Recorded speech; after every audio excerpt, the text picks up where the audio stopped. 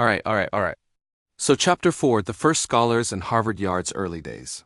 Let's get into it. So the first thing we have to talk about is how the first few students lived. Okay? They slept in Spartan dormitories in the basement of what's now called Hollis Hall. They were required to attend religious services every day, had daily scripture readings, had prayers at meal times. There was a chaplain who basically made sure everybody was thinking about God pretty much all the time. And they couldn't even do their own laundry. It was done for them by enslaved people. And yet, despite all this, or perhaps because of it, Harvard actually turned out to be one of the most intellectually vibrant places in America for the next 100 years. Okay, let's start with the beginning. So when it opened in September of 1638, there were only 4 students. 2 were Puritans. 1 was an Anglican, which just means he went to the Church of England, okay?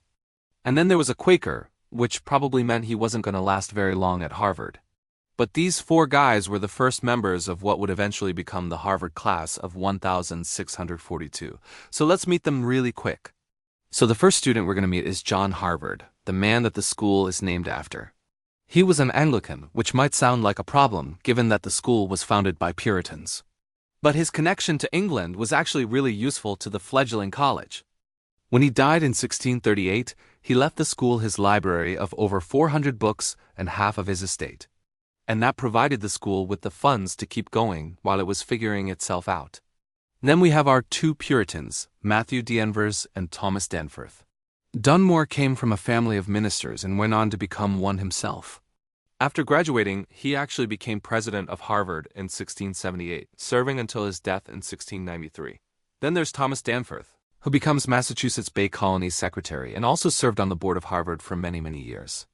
These 3, John Harvard, Dunmore, and Danforth, are considered the founders of Harvard. And then there's the 4th student, John Allen, the Quaker. So Allen was a little bit of a handful. Not only was he a Quaker, but he also chafed under the strict rules and regulations that the faculty tried to impose on him. Like, for example, in 1639, he got in trouble for staying out past curfew. Which really just goes to show that the story of Harvard is not just a story of the faculty and administration, but the students too. In fact, in 1639, the students wrote a document called The Humble Request of the Students of Harvard College, in which they complained about the food, saying that it was not only nasty, but it was not up to Puritan standards of frugality. You see, the thing about Puritans was they were supposed to be frugal and modest, right? That's what they were known for. And so if the food was fancy, that was not good. And there was also too much food, which again, was not good. And they wanted more say in what they ate. And ultimately, they got what they wanted.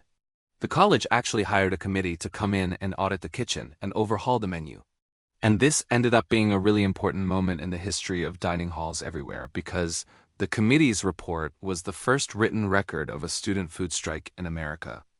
And it led to students having more of a voice in their dining halls, which is something that continues to this day. Okay, now back to the story. So remember how I said that there were only 4 students in 1638? Well, that was true. But in 1639, 26 more showed up. So it looked like the college might actually work, but then in 1640, it nearly died. See, the reason there were only 4 students in the first place was because of a smallpox epidemic. And in 1640, another one hit New England and wiped out 1/5 of the population. And nearly all of the new students that had enrolled in 1639 died. But even in the face of this, the school soldiered on.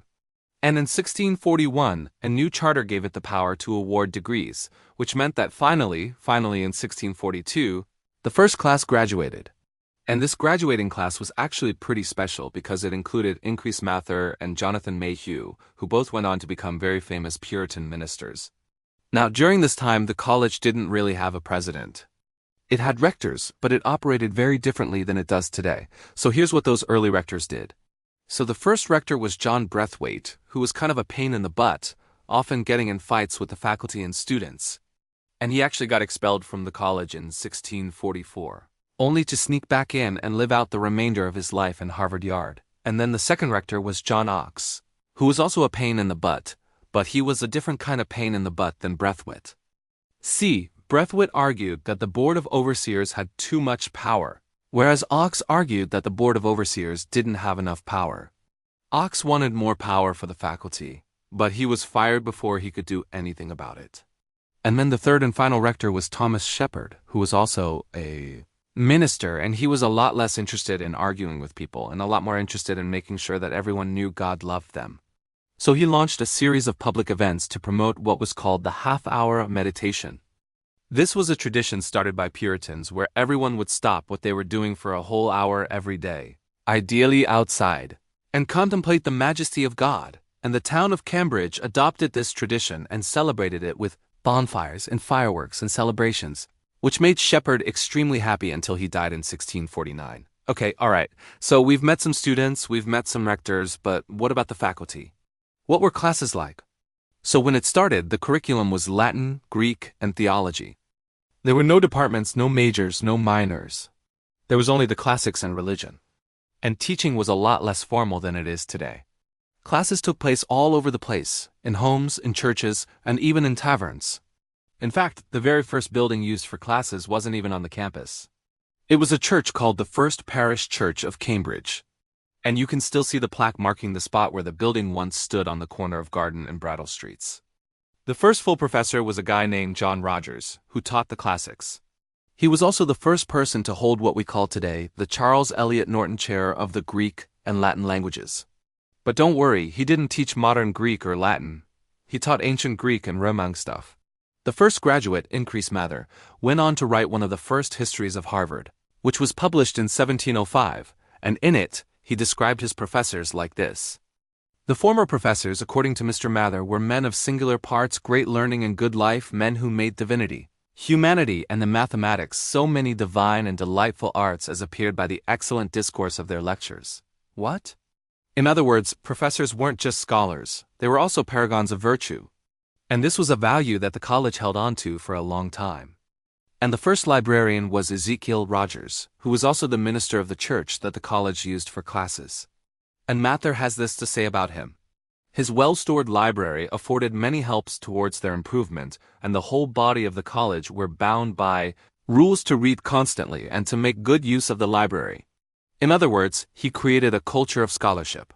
And so that brings us to the end of chapter 4, and if you want to hear more about the history of Harvard, well, then you should definitely subscribe because next week we gonna talk about how Harvard grew from a small Puritan school to the center of the American intellectual world. I'm your host, and I make videos about all kinds of things, including historical tales from the campus of Harvard University. If you like what I do, please subscribe.